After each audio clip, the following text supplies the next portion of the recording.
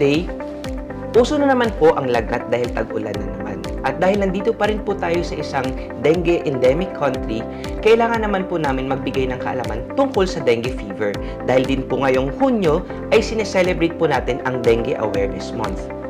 Tandaan po natin ang dengue ay isang arthropod-borne disease. Ibig sabihin, ito po ay napapasa ng insekto, particularly ang ating mosquito na Aedes aegypti at Aedes albopictus.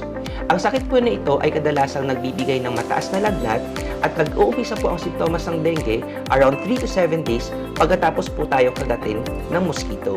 Bukod sa lagnat, ang ilan pa pong prominenteng sintomas ng dengue fever ay pagsusuka, pagsakit ng tiyan, masakit na kasukasuan, matinding sakit ng ulo, at nagkakaroon din po tayo ng rash.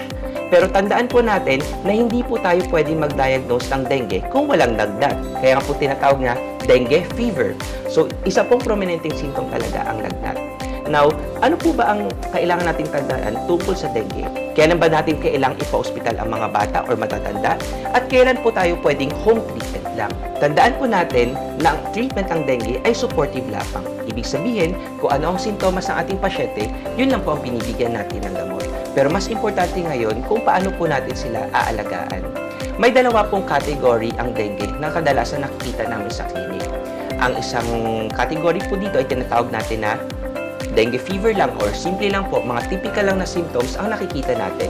Pero kapag nagkaroon na po ng senyalis ng fluid leakage, ibig sabihin nagkakaroon ng pamamanas, pwedeng nagkakaroon na po ng tubig yung baga or tiyan ng ating mga pasyente, nagkakaroon po ng any form of bleeding, matindi na po lalo ang sakit ng ulo at nagkakaroon ng matinding sakit ng tiyan, ito po ay napupunta na po sa category ng dengue with warning signs.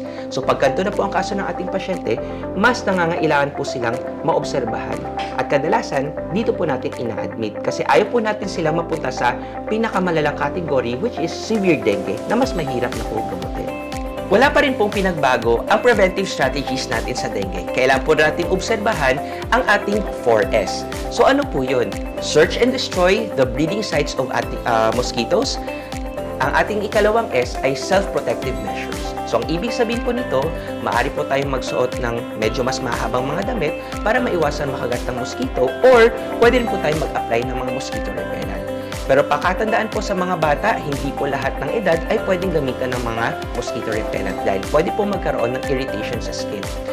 Ang ikatlo po nating S ay seek early consultation.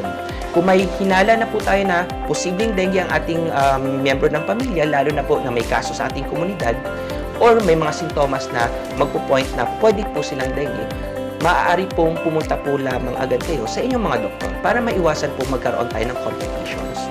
I see to indiscriminate fogging.